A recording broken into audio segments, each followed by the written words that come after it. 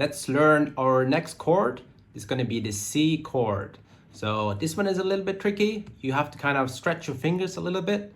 But I'll show you some tricks on how to learn this chord quickly. And let's just zoom in and let's learn this guitar chord really fast. So here's the close-up of the C major chord. And you can see on the diagram as well how to put your fingers. So just keep in mind you don't want to play your 6th string on this one.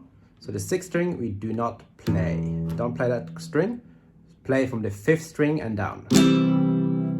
Okay, so let me just show you how to put your fingers or place your fingers for this chord. So what you start with is first finger goes to the 2nd string, 1st fret.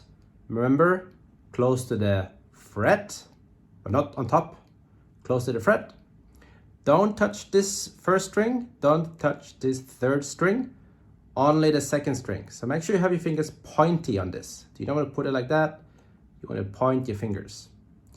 Okay, next we're going to take our 2nd finger, we're going to put it on our 5th string, 2nd fret. So like that. So try it a few times, go 1, 2. So, I'm sorry, that's going to be the 4th string.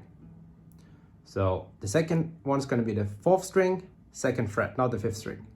4th string here. And then lastly, this is where it's going to get a little bit stretchy.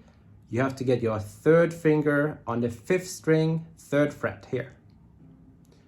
So there you go. So you have 1, 2, and 3. So this is going to be a little bit stretchy.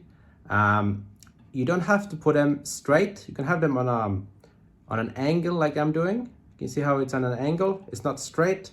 It's a little bit on an angle. But you want to have them on all those strings.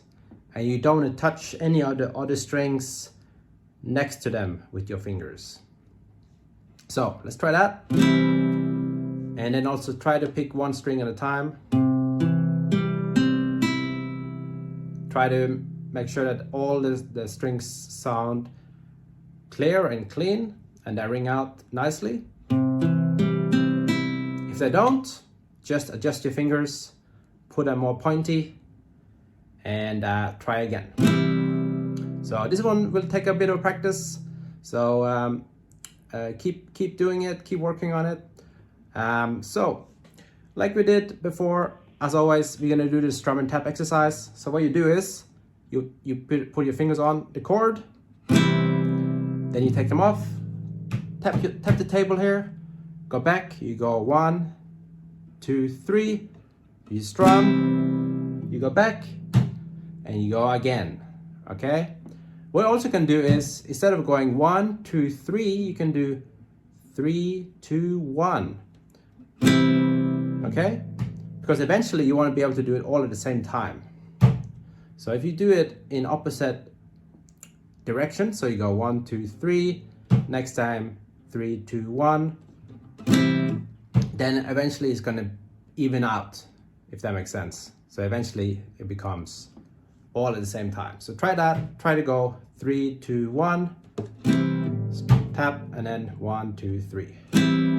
Okay, so do that exercise. Remember to do strum tap 50 times a day until you get good at this chord. So it's gonna get better and better. It's all about repetition with learning chords.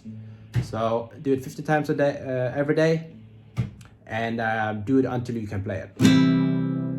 All right, hope that makes sense. And let me know if you have any questions.